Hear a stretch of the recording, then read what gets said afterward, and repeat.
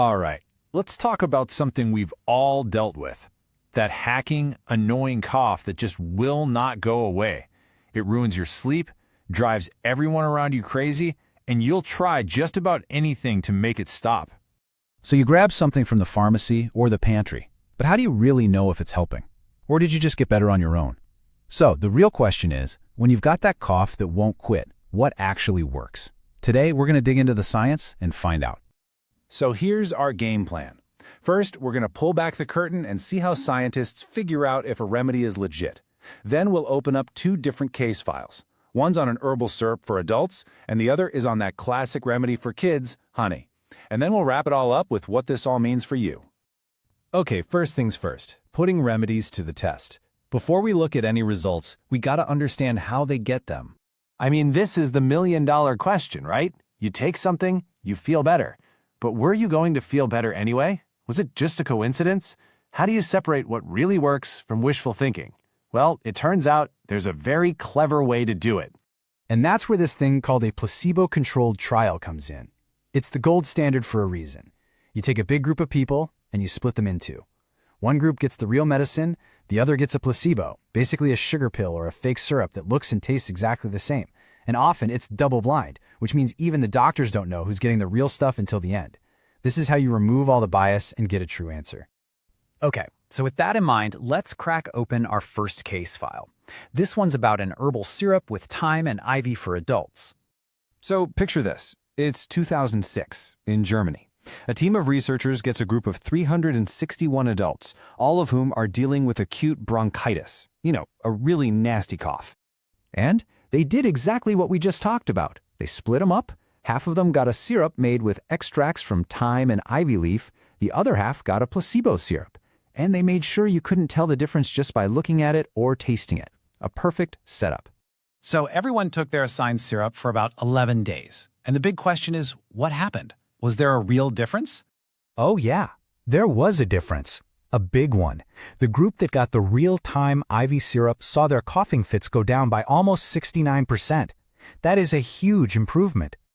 But this is why those placebo trials are so important. Look at this chart. The thyme ivy group, yep, 68.7% better. Fantastic. But look at the placebo group. They also got better, almost 48% better. That's the power of the placebo effect, or, just your body healing itself over time. The real proof is in the gap between those two bars. That gap tells you the herbal syrup did something significant, way beyond what a sugar syrup could do. And there's more. Not only did it work better, it worked faster. People taking the thyme ivy syrup got relief about 2 whole days earlier than the people on the placebo. And maybe the best part? No extra side effects. It was just as safe as taking the fake stuff. All right, so that's a pretty compelling story for adults. But what about for kids? This brings us to case file number 2, the age-old remedy of giving honey for a child's cough. For this, we're looking at something even more powerful than a single study. This is a Cochrane review from 2012. And you gotta know, in the world of medicine, Cochrane reviews are a very big deal.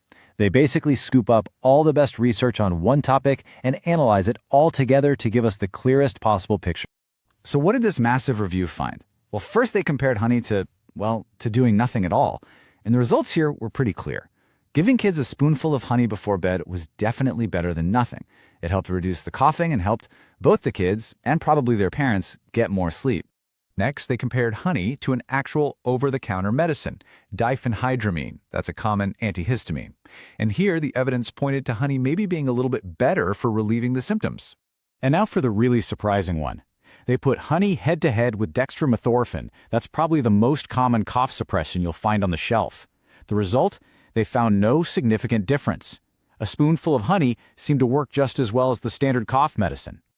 But, and this is so important, the scientists themselves were really careful here. They graded the quality of all this evidence as moderate to low. A big reason why is that it's just impossible to hide who's getting no treatment.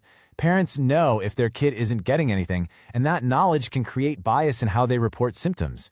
It's a fantastic example of how good science is always honest about its own limits. So, we've looked at thyme and ivy for adults and honey for kids. Let's pull all this together and figure out what the big picture takeaway is here. This table really lays it all out pretty clearly. For adults, the thyme ivy syrup was a clear winner over the placebo. For kids, honey looks like a really solid choice. It's better than nothing, it might be better than an antihistamine, and it's right on par with the standard cough suppressant. And for both, side effects were basically a non-issue. To be super specific about the honey studies, a few parents did report things like nervousness or hyperactivity.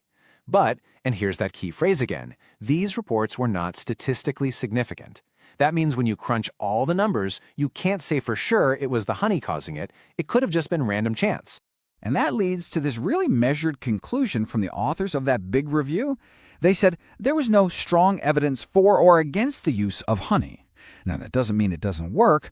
It's the scientific way of saying, hey, it looks really promising, but we need more top-quality research before we can call it a slam dunk. So what do we do with all this? The big takeaway is that some of these so-called natural remedies really do have some impressive science backing them up. But maybe the more important lesson is that we should always ask questions, always look at the quality of the evidence. That's how we can make smart choices for ourselves and our families. So, I'll leave you with a final question to chew on. Knowing what the science says, and what it's still a little fuzzy on, will this change how you treat your next cough? Thanks for digging into the evidence with me.